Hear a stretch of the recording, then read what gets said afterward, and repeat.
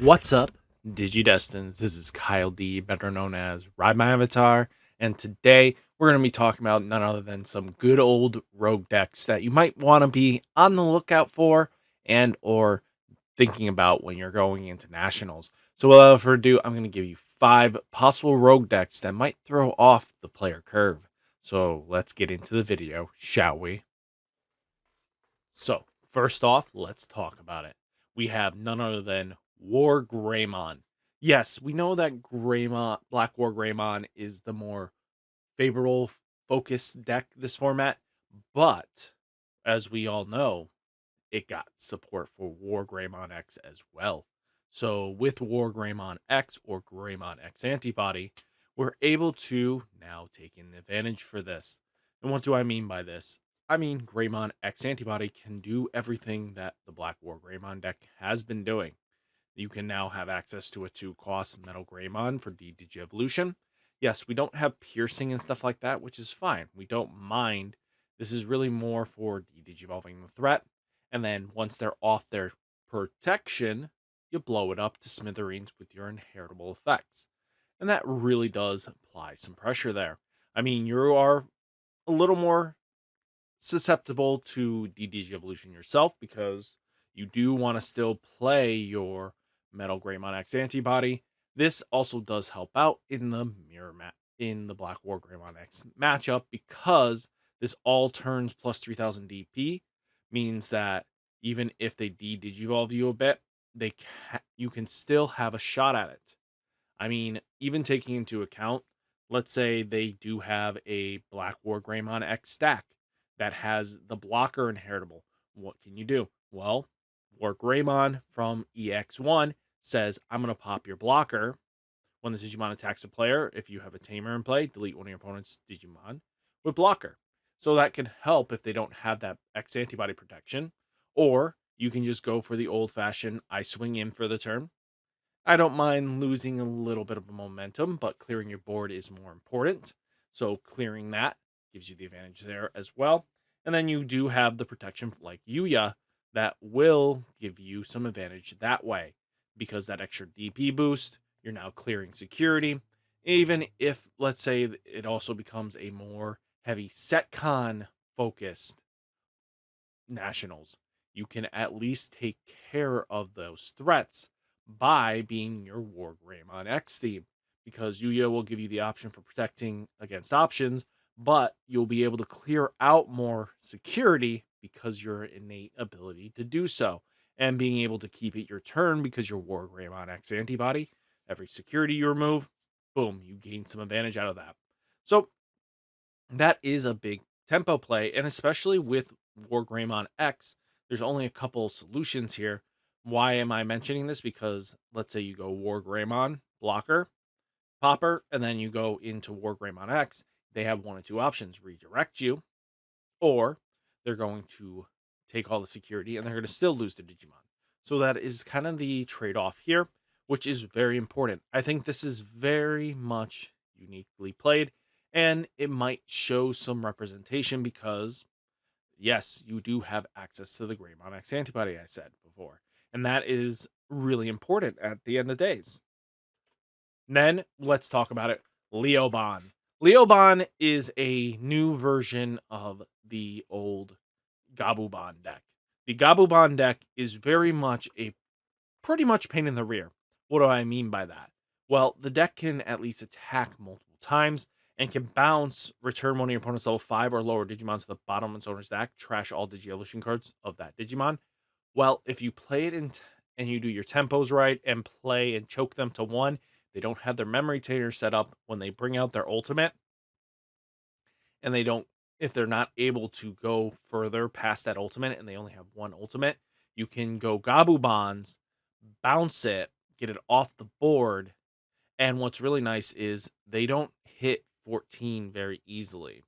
If you get past the protection stage where they can't have the Yuya giving it the DP boost on on your turn, this card can then basically evenly trade with the Black War Greymon very nicely. As long as they're not on X, they can't pop you, But hey, that is just the trade-off here. If they're on anything else, you're instantly going to be able to get into it without worry. I mean, the deck has some nice tools in the shape of Panjamon, this new card here. You may play a blue or green Tamer card without paying its playing for a 4 cost or less from your hand without paying its memory cost when digivolving, just by when digivolving. So this can lead to very powerful plays. I mean, you could play it very differently than what I have here. This is just a sample list. This isn't like finite curb here that this is end all be all. But the way the deck plays is really nasty because you have ways of recursion when your Digimon is deleted in battle. You get to spit out Leomons. So you have this Leomon here with blocker, and that gains you 2 memory and draw. Then you have Leomon with X antibody. That's when this Digimon would be deleted in battle. You may play 1 Leomon from its Digivolution cards without paying its memory cost. So battle trading is not bad for the Leomons because they'll constantly just keep sticking, and they can help you dig deeper for your bond plays and stuff like that.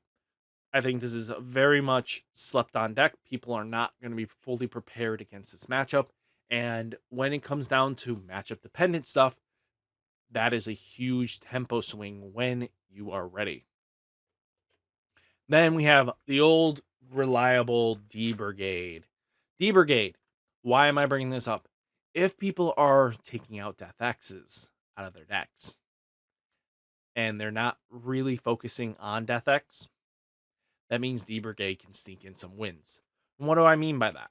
Well, big things about Black War Greymon X is if you can set up and get tempo going faster than them, they are not a deck that handles rush very easily. They need a couple turns to set up, and if they can't get fully set up by the time you are applying them down to 2 security, it's too slow for them to handle. They are not able to keep up. They are struggling at points because if you can rush them down and you're faster than them, boom, that is your way of getting victory. Because all you have to do is wait for the right time, and boom, you're in the clear.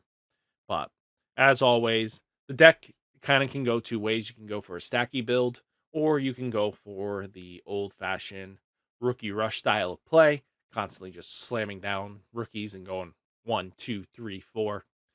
Just go fast. Gotta go fast. So that is a very reliable game plan, and it doesn't change much. I mean, even just having the Pride memory boosts are useful. Iron Fist onslaughts, Ultimate Flare. Ultimate Flare is really good, or you can do DG Dimensional. That card is pretty good as well. But at the end of the day, it's up to you how you want to play out the deck, and speed usually out wins in most circumstances. So we'll have to see where this goes in the future, and I think that has a lot of potential as well. Next deck, though, we're going to talk about is Bella Mirvastar, or Bellastar Mirvamon.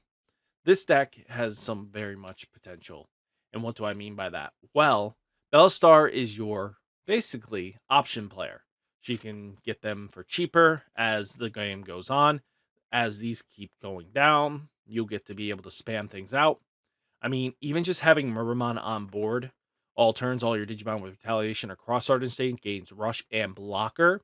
So as long as one Mirvamon can stick for a full rotation, what you can do is basically, if you have done it for Soulmon and Dark Rizamon, so you can go with these 2, swing in. If they die, oh, whoop-de-doo, no big deal.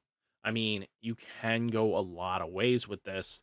And what do I mean by that is that as you are setting up and you have these retaliations with Rush, you get to apply pressure that way, where Bellastar can also spit out them with Nailbone instantly as long as it keeps it your turn. Boom. Now you're spinning out 2 bodies. You're going in, in, in, in, in. You're just blitzing your opponent left and right. They are not ready for this. This kind of play style is quick and fast. Once you guys can get multiple bodies up, the thing is, they can't constantly redirect all these retaliations, because what happens after the first block, that retaliation will take away the Black War Greymon X's the protection skill. Well, now that other retaliator that you have, boom, go right in. that should trade off and kill the Black War Greymon stack very easily. So it only takes 2 of these retaliators to get rid of it. Well, if you can double kill, boom, boom, you're very much in a good spot. And that's the huge potential here. The deck has so much synergy because the fact is they both want to spit out on their end game board strats and just go to town from there. And I mean, even just then, making Mirvamon a whopping 7 cost with the Ignitemon, you know, by spitting out 2 souls and Dark Lizard, boom, instantly you're now set up for a 7 cost. I mean, that's not terrible. You gave your opponent 4 when you're at 3. If not, you're in a good situation because, if they can't pop the Sora Mimi, if they don't have a level 4 or lower Digimon, you gain 2 memory. That extends your plays massively. And that's really what's going to come down to. The deck has so much potential. And yes, I don't have Ginkamon promote. I should probably put that in here, but that's just another topic for another day on that. But I think Bella Star, Merva Star, pretty solid. I think it's gonna throw people off. It's gonna be one of those decks that if you're not ready for, you're gonna be in a world of hurt for. Then we do have Beelzemon as another rogue contender. Why do I know that the starter deck comes out next month, but why am I bringing it up for Nats now? Well, out of a lot of decks, if you can go for 2 pops, what does that mean? Well, you can kill the Black War Greymon stack. That's huge because EX2 Beelzemon really answers that problem for you. So when this card is trash from your deck, you may play an Itmon. You don't really care about that. When Digivolving, when it's hacking, it's not once per turn, by the way. Trash the top 2 cards of your deck. You don't have to trash 2 cards. Then delete one of your opponent's level 3 or lower Digimon for every 10 cards in your trash. Add 1 to the maximum level of that Digimon that can be chosen with this effect. So the first evolution will attempt to blow up the Black War Greymon stack, which is fine. We don't mind that. What is going to be nasty is if we can swing him, we can blow it up then because that protection is gone. And we get to delete first before their ability to block or redirect comes into play. So we can blow that up, get it off the board, and then you're instantly ready to deal with anything else because what you'll do is possibly go into Beelzemon Blast mode, being able to delete all your opponent's Digimon with the highest level afterwards so that you get to kill about 3 bodies on board in one turn play. And that is going to be huge for you. I think that is going to be a lot of the reliable process of how this deck's going to play. You're going to want to control the board in a way and apply pressure that way. And what's really nasty is Balmon here is basically if you have 10 or more cards in your trash, you may play 1 Beelzemon from your trash without paying its play cost. So basically you're going to get this in there on the turn it gets deleted. Boom, instantly now, if they delete it by their effect, you're going to get a Beelzemon out.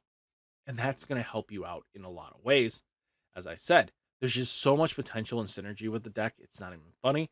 And the ability to remove multiple threats on board is really important because that gives us the option to remove multiple big protected stacks. It only gets 1 shot at protecting itself. They don't play, Greymon Alterius mode. So if they play that, then you're kind of screwed. This deck kind of struggles. But if not, you're kind of in a good spot because you can just deal with all the threats very easily. I think we have a lot of potential here. I think the deck has a lot of strengths and it can do a lot of damage. I think all in all, these decks have great rogue potential. And you might be wondering, where's like Machine Dramon or, Mirvamon Loop? Well, people know about those decks a little bit more than they are knowing about these ones. These ones are more, they've been pushed under the radar. They're not really presenting themselves. Everybody knows the new decks are coming. People are expecting those decks to exist. They're like Galacticmon, stuff like that. But these decks are a little more interesting to see because people aren't ready for them, to be honest with you. So that is kind of just my rogue category, my 5 rogue picks for Nats that might do you really well if you have a good solid base with the deck. So guys, hopefully you enjoyed the video. Hit that like button, hit that subscribe button. stay safe, stay healthy, and I'll catch you in the next one. Peace.